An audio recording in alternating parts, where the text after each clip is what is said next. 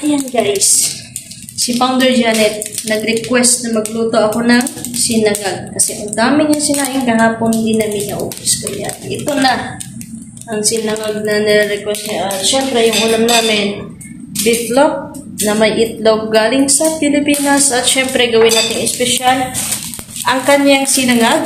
Lagyan natin ng dried na hipon. Yung ganito. Para mas lalong sumarap yung ating sinangag. So, yan ay mahilig si Founder Janet mag-request ng sinangag. So, paborito niya kasi guys yung sinangag. Kaya, lutuan natin. Nagpapalambing. Lagyan natin ng dried na hipon. Kalkal sa amin ito tawag. Sa Iloilo. So, masarap po siya pag nahalo sa, sa sinangag.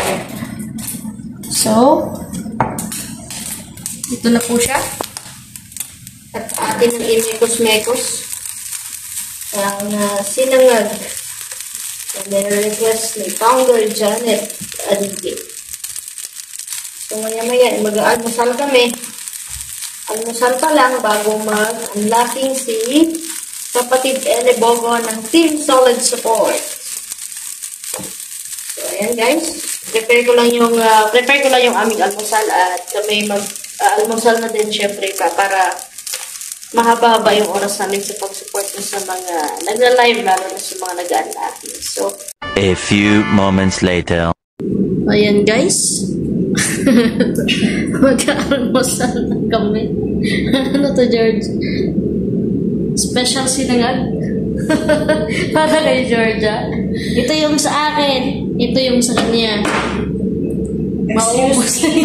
Grabe siya. Pwede ba ilagay mo muna sa isang pinggan? Hindi, okay na yan. Magastos sa gasin. Siyempre, maano ko niyan. Maubos mo to? Sigurado. Grabe siya. Sigurado. Siyempre, manghihinayang akong iwanan. Kailangan ubusin ko talaga. Kasi nasa pinggan ko. Kamusta yung diet? Kumusta naman ang diet ko? So, yun guys. Mag-almusal kaming dalawa. Beeflop na may itlog. Sinangag na... Ano tawag sa Tagalog nito? Sinangag? Hindi. Yung yung maliliit na hipon. Hindi ko alam. Hipon ba yung isda? Hipon. Yung ginagawang bagoong. Yung dried. Any dried shrimp? Dried shrimp. So, English lang. ganyan siya guys. So, mali. Hindi ko alam kung ano tawag dito. Hindi makita eh. Udong. Ay, udong. Dulong. Udong? Anong udong? Yung udong. Mulo yun eh. Dulong. Magkamusal muna kami. Bye-bye. 2 hours later.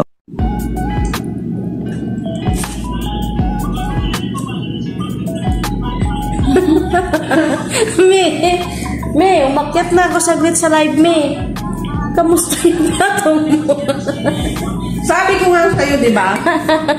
Akala ko hindi mo maubos yung kayo madami yun. Uy, pero usog. Naubos. Guys, simot. Ang sarap kasi. Imagine niyo isang buong pinggan nilagay niyo. Nalibang ako sa kakasalita sa live. Ubos mo. Ganyan po talaga pag mag-anak kumain, walang stress. Wala kang ulam? Walang ulam-ulam kasi sinangag pa lang. Meal na siya. Ang sarap niya guys, sobra. Thank you, Philden Vlog page. So, ay gano'n na naman. Sa napakasarap na breakfast namin ni Philden Vlog page. Or Philden Vlog. So, yun lang guys. Wala na, naubos na yung kanyang kanin. Mo problema kay madami daw. So, yung ending, umakyat lang ako sa live. Tumagilid lang ako bigla. Wala na, ubos na. Thank you for watching. Bye-bye!